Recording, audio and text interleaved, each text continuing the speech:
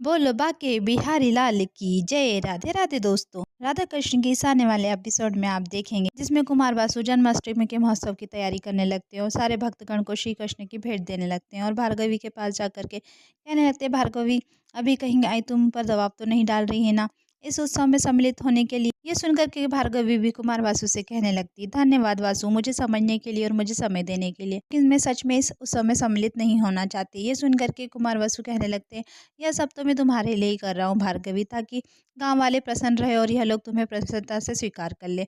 भार्गवी भी कहने लगती, धन्यवाद कुमार वासु जो आप मेरे लिए और इन गांव वालों के लिए इतना कुछ कर रहे हैं। भले ही मैं उस उत्सव में सम्मिलित नहीं हो रही हूँ, लेकिन मैं नारायण से प्रार्थना करूंगी कि इन गांव वालों पर वह अपनी कृपा बनाए रखे और उन्हें अपना आशीर्वाद दे, और अंदर चली जाती है। तभी वहां पर आई आकर के कुमार वासु से कहने लगती, क्या हुआ कुमार वासु, अभी भार्गवी मान नहीं रही है क्या।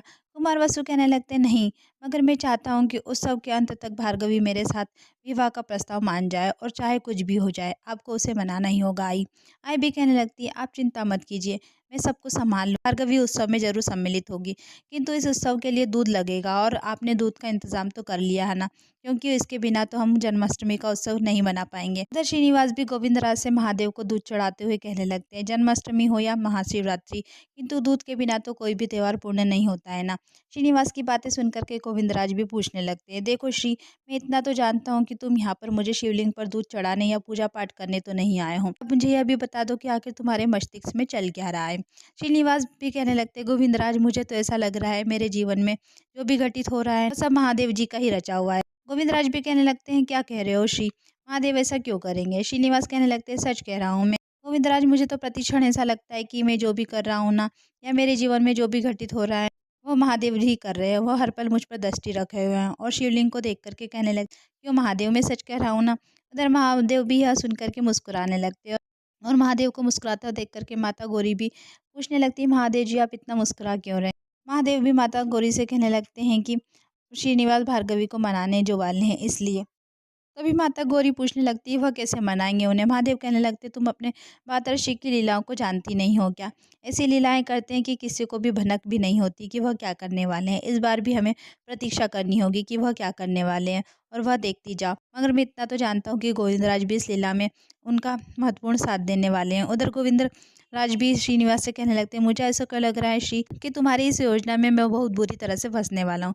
श्रीनिवास कहने लगते, गोविंदराज आप मेरे बड़े भाई हैं ना, तो आपको तो मेरी योजना के में साथ देना ही होगा ना, और महादेव के सामने तो आप मुझे मना भी नहीं कर सकते। तभी गोविंदराज कहने लगते, श्री मुझे तुम्हारी बातें सुन करके लग रहा है ऐसा क्या मांगने वाले हो मुझसे। तभी श्रीनिवास गोविंदराज को बताते कि आपको मेरी पत्नी बनना होगा। यह सुनकर के गोविंदराज चौंक जाते हैं और कहने लगते हैं, क्या मुझे तुम्हारी पत्नी होने का नाटक करना होगा, यह क्या कह रहे हो श्री, यह क्या कह रहे हो श्री। श्रीनिवास कहने लगते, यही करना होगा। श्रीनिवास भी कहने लगते, यही करना होगा गोविंदराज, इससे मुझे पद्मावती को दिया हुआ वचन भी नहीं टूटेगा। गोविंदराज मना करने लगते हैं। श्रीनिवास गोविंदराज को मनाने लगते हैं और कहने लगते हैं, देखिए गोविंदराज, मैं आपका ऐसा श्रृंगार करूंगा कि किसी को भनक भी नहीं होगी और किसी को आभास भी नहीं होगा कि आप पुरुष नहीं हैं। उधर कुमार वसु भी आई के साथ जन्माष्टमी की तैयारी करने लगते हैं और उमा को देख करके जानबूझ करके आई से कहने लगते, कितना अच्छा होता ना अगर भार्गवी भी हमारे साथ होती। उमा यह सुन करके भार्गवी के पास जाकर के कहने लगती है, आप भी हमारे साथ जन्माष्टमी की तैयारी करने आई है ना ताई।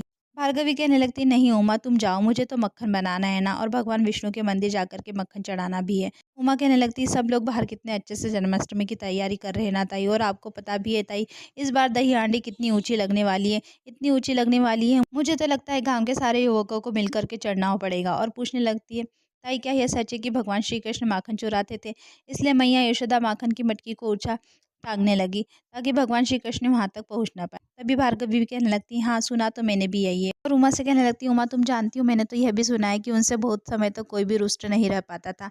यह सुनकर के श्रीनिवास उधर कहने लगते हैं, रुष्ट तो तुम भी मुझसे नहीं रह पाओगी भार्गवी। एपिसोड यही खत्म होता है। आगे की अपडेट के लिए हमारे चैनल को लाइक और सब्सक्राइब करना ना भूले। धन्यवाद।